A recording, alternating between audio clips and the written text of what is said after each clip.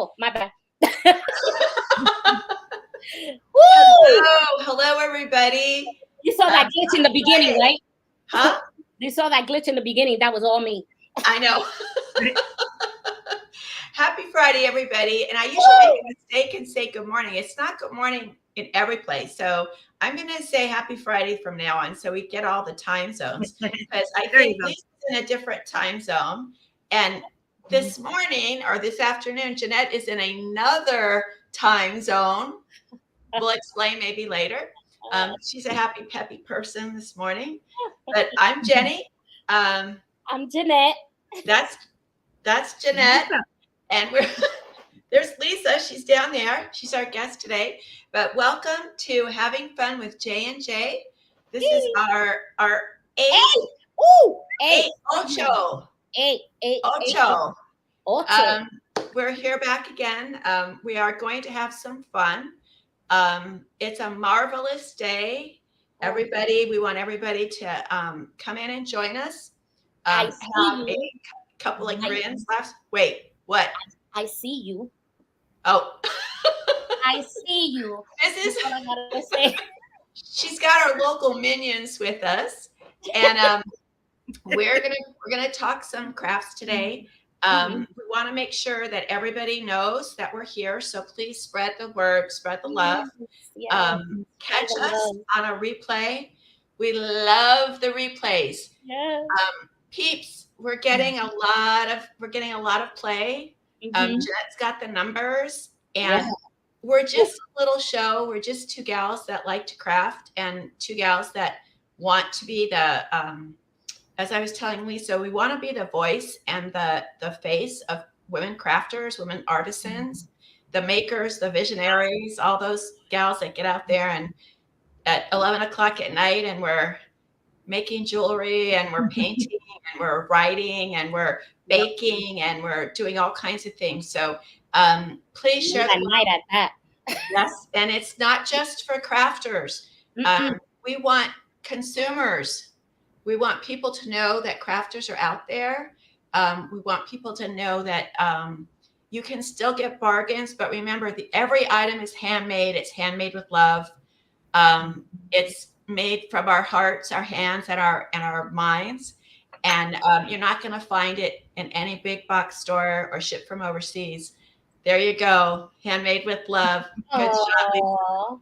And so whenever you're looking for a special gift or a special something to give someone that you know and love, please look to your local communities. Look to your neighborhood. There's pop-ups. They're on internet.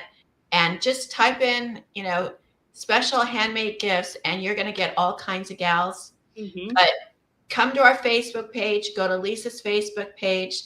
Go to my Facebook page. We got tons of women out there that are looking to my Facebook page. I post every day. Your Facebook page. She's got everything going on over there. So just remember, we're all out there. And now it's Jeanette's turn because she gets to give us our numbers.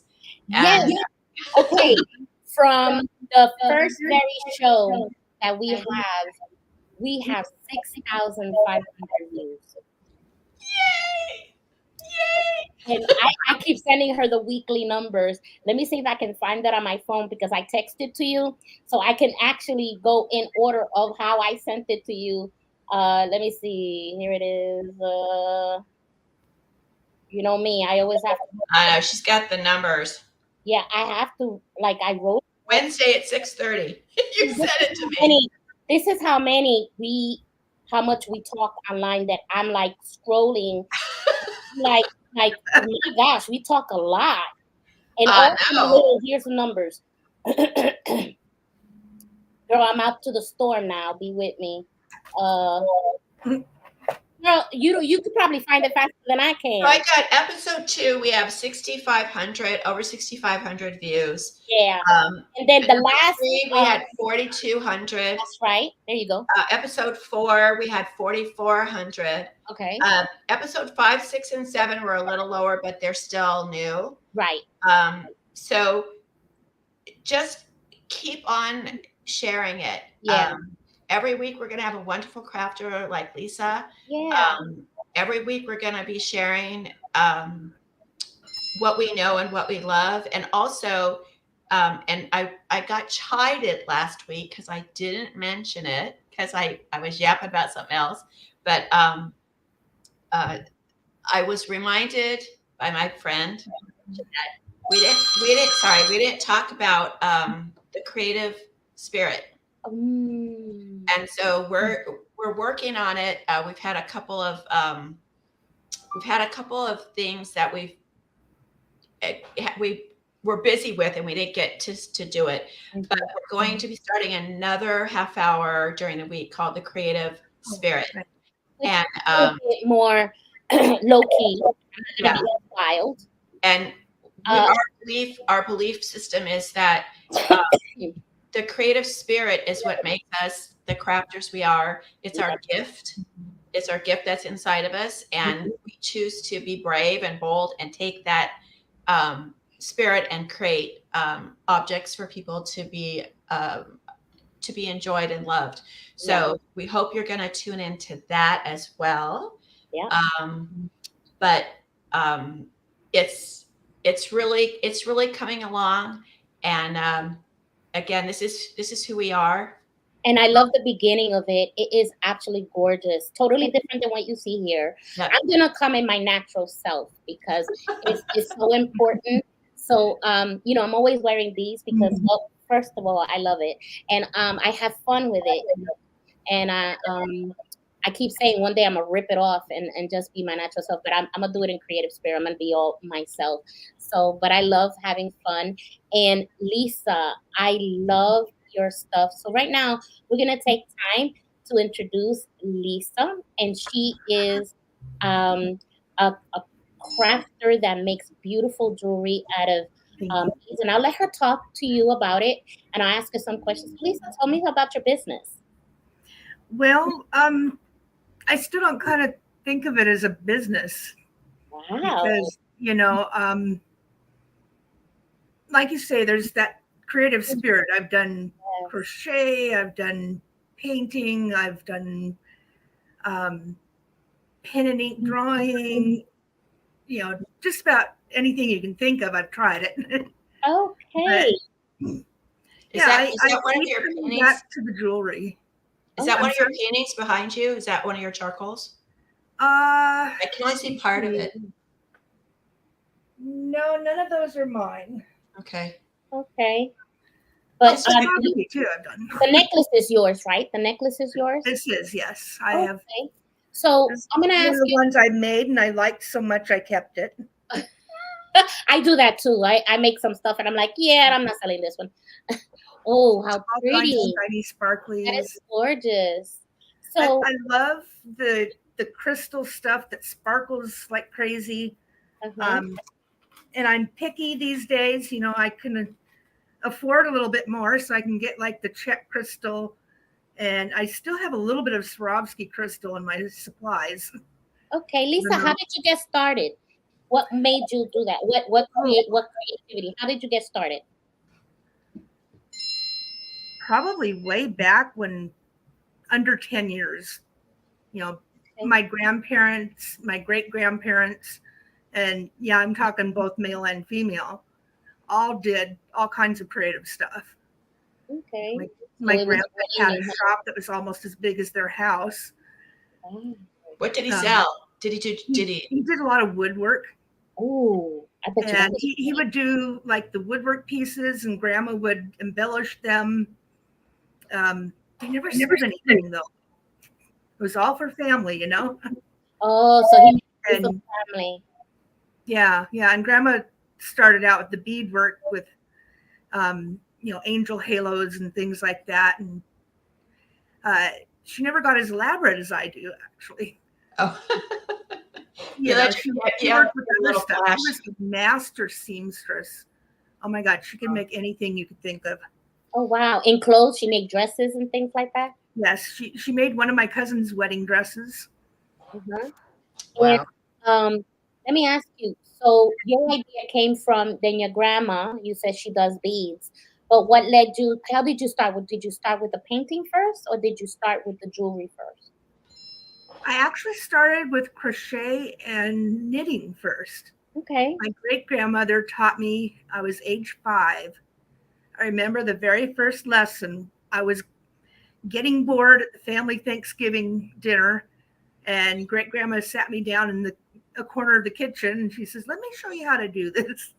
Oh, And it calmed me down, and it was really interesting because I've always been interested in watching her do that. Oh, And it just, went from there. And I saw grandma doing the beading on one of the visits, and she showed me how she does that. Um, so where did you start thinking of actually selling what you do? I know you said you don't think of it as a business, but when did it occur to you that it might be a source of income? That was actually first time back in my 20s. And yes, this is like 30 years ago. There was still a lot of bazaars and church sales and stuff like that around at the time. So, a crafter could get in there and put a table up for people to look at very easily. And those first efforts, they weren't bad, but they weren't as elaborate as what I'm doing now. and what are you doing now? What I'm doing now is all kinds of things. I've got earrings, and I've got different necklaces. Oh, do show. I want to see it. I think she's got a whole Bag. basket in there. And we love showing people stuff that way. You know what they have. I love it. I never show my I got to talk to you, Lisa, because I'm the business brain over here. Mm-hmm. I got to get you to switch over a little bit to it's your business, because those are beautiful. Oh, I like that. I want to see your tag. I love the I'll tag. do like a length of chain and connecting them. And how long are they? They tend to come out about 20 to 22 inches. Oh, that's nice. And I've been trying to be more conscious of coming up with some smaller ones as well. Right. And can I see one of the necklaces? The materials I use, they get expensive, Oh, yeah, everything is getting expensive. So I try to come up with something that's not so expensive. Dang it, I should have been a little better prepared with this. Hey, you know what? I'm never prepared. We all think we're prepared. Yeah, we're not. Model for us. I like that. Oh, that's pretty. Ooh. This is 40 because it's all natural stones. Oh, okay. Very nice. I like that one. You can see it. The 20 to 22 inches is pretty nice for women my size. Right. So is that one like 20 inches, or is that more like 18? I think this is a 20. 20? Oh, come on. Where's the clasp? I want to see the chokers, because I saw the chokers and I'm like, huh. Oh, yeah. The way that you have to crochet That's what I'm just getting into. Uh-huh. Okay, this is 19 inches. Okay. I like the tag. She said made with love. I know. What's really funny is that your chokers remind me, and I'm really dating myself, of what we used to do. Because I used to crochet too. I used to crochet bikinis, but we used to make. You had a bikini, girl. That was my first business. But I like that. We used to crochet the chokers too. Way back then. So you're bringing us a little bit of back nostalgia. Yep. You know what? The bikinis were great when you were small busted like me, but when I got a girl like you, I had to measure it on my head, girl, for the cup size. They used to wear them on their head, the little bands like this. I know. I know. Used to be a hot thing, I know, because I wore it. I was one of those. I had a gold band right here with short hair, and I thought I was the bomb. Yeah, we rocked it. Okay, so this is one of my favorite ones. Oh, that's pretty. Oh, yeah. And that's got, let's see, hematite, blue sandstone, and lava stone. Ooh. And yes, I made these little things. Can you see that in like a black slinky gown? Oh right? yeah. You know, Ooh, a black going like out, going out for top with a a thing. night out and Ooh, woo. I tell you, and then put like a bigger wig so it can really Yeah, and the chokers I started doing as a way to do something a little bit cheaper because, like I say, a lot of the we never crystal say ones are in the cheaper. 40s. Yeah, we never say 30 to cheaper. 40. We never Yeah. say cheaper because Cost a lot of effective. cost effective. We'll say cost effective Mhm. and things like that because Oh, I like that one everything too. is done. That one's real pretty, and everything that we do is never cheap. I'm telling you that now. When I work in my Well, resin, that's it's true. very expensive. Everything is expensive, and but people Less want to expensive. low ball it, So I always start Well, buying like, it low. this is we have this conversation with all of our crafters. Mhm. It's a universal problem, Yeah. especially with friends and relatives because Yes. they always want a discount. Oh Um, my gosh. and it still costs. It's not actually sometimes the cost of material, but the time that you put in. That's right. So if you're Lisa, you and I had talked about that a little bit before the interview. Because when you're creating something that delicate and that intense, you're not only looking for how it looks, but how it's going to function. So if you're going to put together a necklace that looks great, but the first time that the woman puts it on, it's going to snap, then they're not going to get the value for their money. Right. So you're trying to make sure that all the clasps, all the eye hooks, all the beading stays in place and works well. Yeah, see the eye hook right Those there? bits, those joints. So And this it's is not all just labor that. intensive. We Crafting is labor intensive, and so we have and to. also it doesn't matter how well you put it together if it doesn't lay right. Exactly. That's pretty too. And so that's a big thing. Yep. And Yeah. this is made of different colors of tiger's eye. And I don't know how well you can see it, but I've got You can see ears, it. Mhm. eye, and nose. Oh wow. Oh, I That's like that. Yeah. One thing, have you ever struggled making your things? Like, do you have any struggles that, Yeah. Okay. And this is part of why I don't tend to think of it as a business because it's not consistent at all. I have a stock of about maybe 50 or so pieces right now. And that took me about a year to do. I have arthritis and other health issues. Okay. So this is kind of my therapy. Okay. But what's the use of having all these beautiful pieces if I don't put them out there, right? Right. Do you do custom work? I do. I call it partially custom. And I actually have a form. If you email me, that's lwlisakit@gmail.com. Mm-hmm. I can send you a PDF of the form and you can fill it out, take a picture and send it back. The form has the various different aspects that I feel I'm able to custom for you. Oh wow. And, leaving me with a little creative license too. Yeah. So I'm gonna interject here. So I'm gonna give you this little upsweep here. Your business. Crafters are outside of the norm of small business to begin with. Yeah. And so as you progress in your journey, your business journey, you're going to find different things. You may sit there and say, I really like this. I'm going to make 3 of them at a time, or however you do it. But we're always one of a kind. Even if you make 3 the same, they're still a little bit different. So I want you to embrace the fact that you're on it, girl. You've got your stuff together. You've got really good designs. I think Jeanette was kind of also asking you if you ever hit like a dry stretch where you can't think of something. You've got all this stuff and you're like, where do I find the inspiration?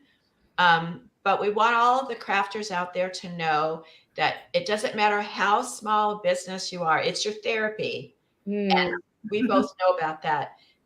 because my I work all says the hi. time. It's my therapy. But you got a really good product. You look like you've got it. Every time we ask you for something, you're flipping it out. You got it. So don't be surprised if one day you're like, okay, I didn't think I was going to do this. And Lisa, what state you're in? To help me. He was just picking this one out here. Oh. What state are you in, Lisa? I'm in Washington. You in Washington State? Do you do any pop-ups or any vending events? I do, yeah. There's so many events around the Puget Sound area. One of the things I struggle with, though, is to sell in the city of Seattle, they want you to have a Seattle business license. And I'm right on the edge there between being able to afford the booth spaces and whatnot. You know, so that's part of why I'm looking at online again, because they just make it so expensive for a crafter to do business. Have you had a lot of success at the pop-ups you've been on? Or last year I pretty much broke even. Okay. So it gets disheartening. Well, but let me tell you something. Just keep it going, because you did send me that you're going to be at the Bellevue March 30 and 31st from 11 to 7 and Sunday 11 to 5 at the Metaphysics and Wellness Gem Show.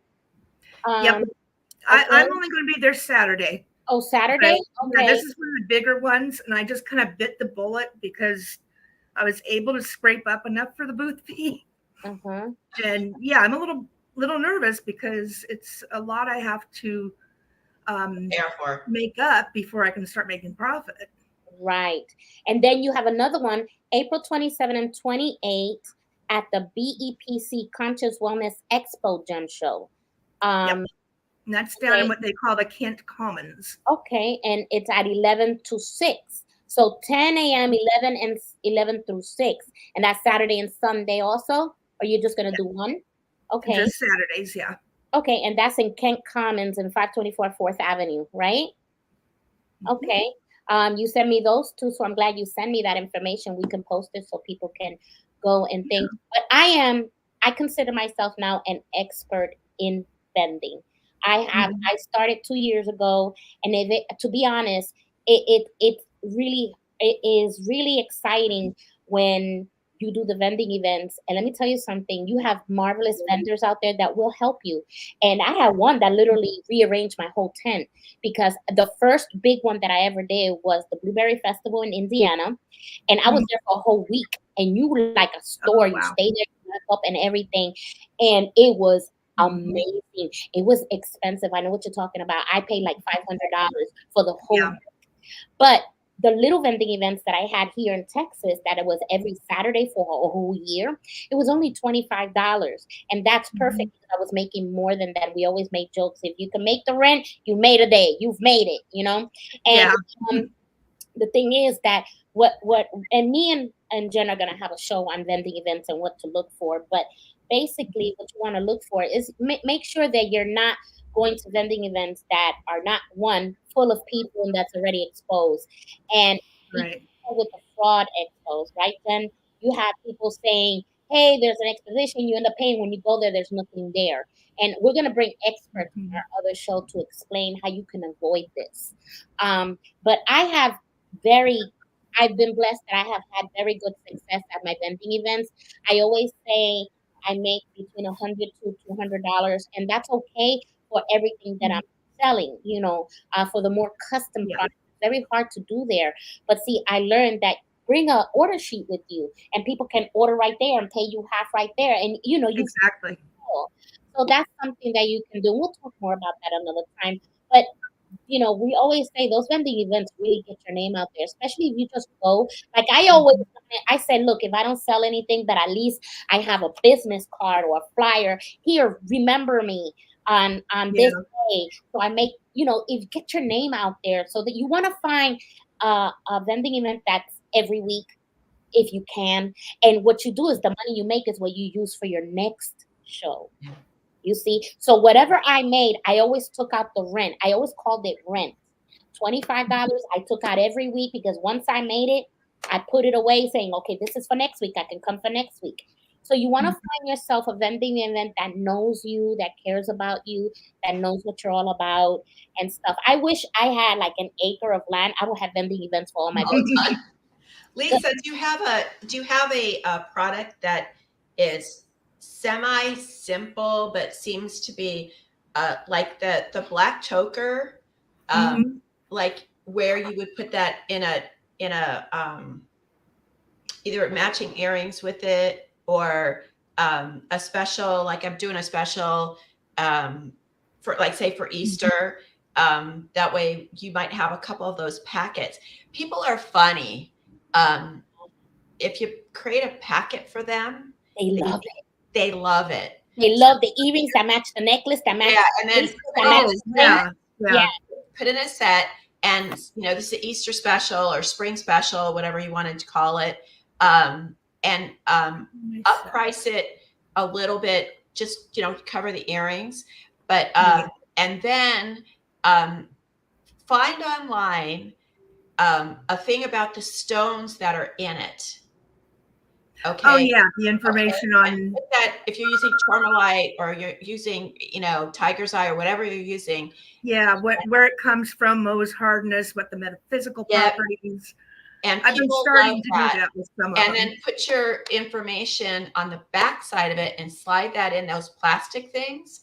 And so get as much bang for your buck marketing as you can for the people. Right. And if people aren't stopping, you can, if you have any stray beads or something, you can put a couple in a little baggie with what they are and your name and say, hey, you want a sample of what I make? And as they walk by, you say, hi, how are you doing? Have you ever seen tiger's eye? I want to give you a sample. So it's the interaction. Good idea. And because your stuff is really good. So and I was going to ask you real quick, Sphinx Fault. Who's Sphinx? Is that just why did you come up with a name?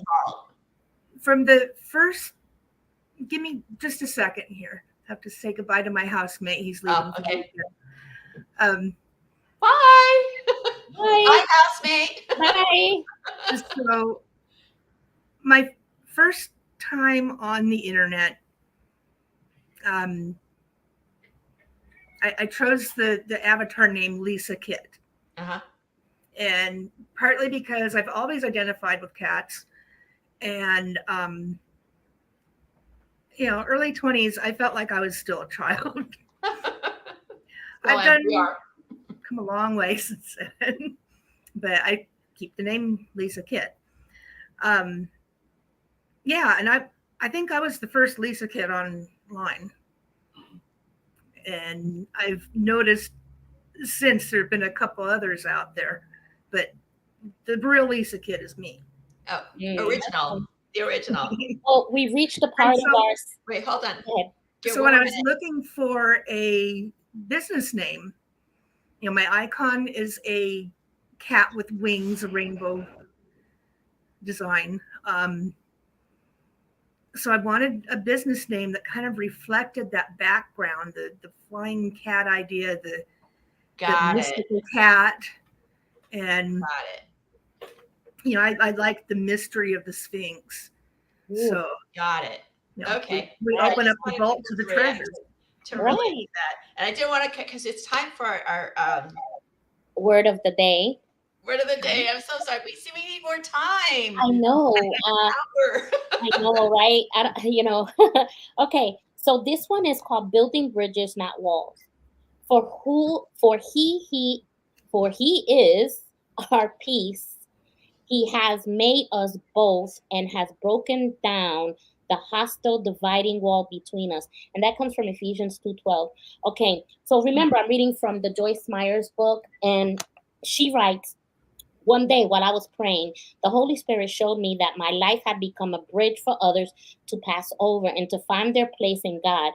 For many years, I erected only walls in my life, but now where there were walls, they are bridges instead. All the difficult and unfair things that have happened to me have been turned into highways over which others can pass to find the same liberty that I have found. I have learned to build bridges instead of walls. Okay. And she then says, make a decision to tear down your walls and build bridges. There are many, many people who are lost in their mess and need someone to go before them and show them the way. Why not be that person for them? Walls or bridges, the choice is yours. Okay. I think that's so appropriate for us. It is so terrifying for people to break down those walls. Yes. And you get that false sense of security behind them. Yeah, I have layers. I know what you're talking about. And in certain situations, those layers, the wall comes up like really quick. So I definitely. How about you, Jen? You know what? There's only one fear I have, and it's really stupid. It's going back to being as poor as I was when I was a kid. But I think at this point in my life, the bridge thing really resonates with me, because every time I get fearful, God puts a person in my vision that needs a bridge. And so I find myself, I'm like, why did I do that? Why did I, this person in the market comes and finds me and says, oh, you don't work here? And I said, no, but what do you need? So every time I get on myself about, I've got something going on and I'm in a dumps, and I'll call Jeanette. I'm like, okay, I can't talk. I'm out of it. Something happened. So that's so cool. Fear will stop anything, ladies. It's anything, and it's so silly. It's our brains. Mm-hmm. And Jeanette and I like to hold our glue guns to our heads and say, this is how we are. Yeah. Lisa, you've shown that, you know what, you've got issues with your health, but you still get out there. We're all struggling with money. I don't know a crafter who's not, skim a little bit off of the milk money so that they can make, look at that. See, Easter. Yeah. I told you. Yeah. The great Easter one with little blue earrings. Yep. So be bold. Don't ever think that anything you do is small, because it isn't. And it's, don't have that moment of terror and then say, okay, I'm good. Okay, get over it. Let's go. Yeah. Bring it down. But Lisa, we're going to have some things for you to do. I'm going to put you on Evenist, so you'll have an online presence. I know you don't have a web page yet, but I'm not good with computers. I understand. Yep. So we can do that, and then Jeanette, explain about sharing, because we're gonna have to go. But yeah, basically all we have to do is what you see here. If you can share the link, and what is your Facebook handle, Lisa? Where can people find Right? Yeah, that's why I sent you the full link to it, because there's a million. Have it at the end. I always go back and I put everybody's information in the bottom. So once you see this video, your Lisa's information will be in the bottom, and you can click on her link, and I got her phone number and her email, so that way we can go ahead and just send it out there so people can go ahead and call her for anything. Okay. So I think this is the end of our session with you, Lisa. Thank you for being our guest today. We really appreciate you. Thank you so much. I hope it's fun, and we look forward in our future guests. So if you're one of those beautiful crafter ladies that are out there, just send us an email at havingfunatjnjshow@gmail.com, and we'll be happy to have you on our show as well. Okay, Jen, take us away. Okay, guys. Bye, Lisa. All right, here we go. See y'all next week, guys. Love ya.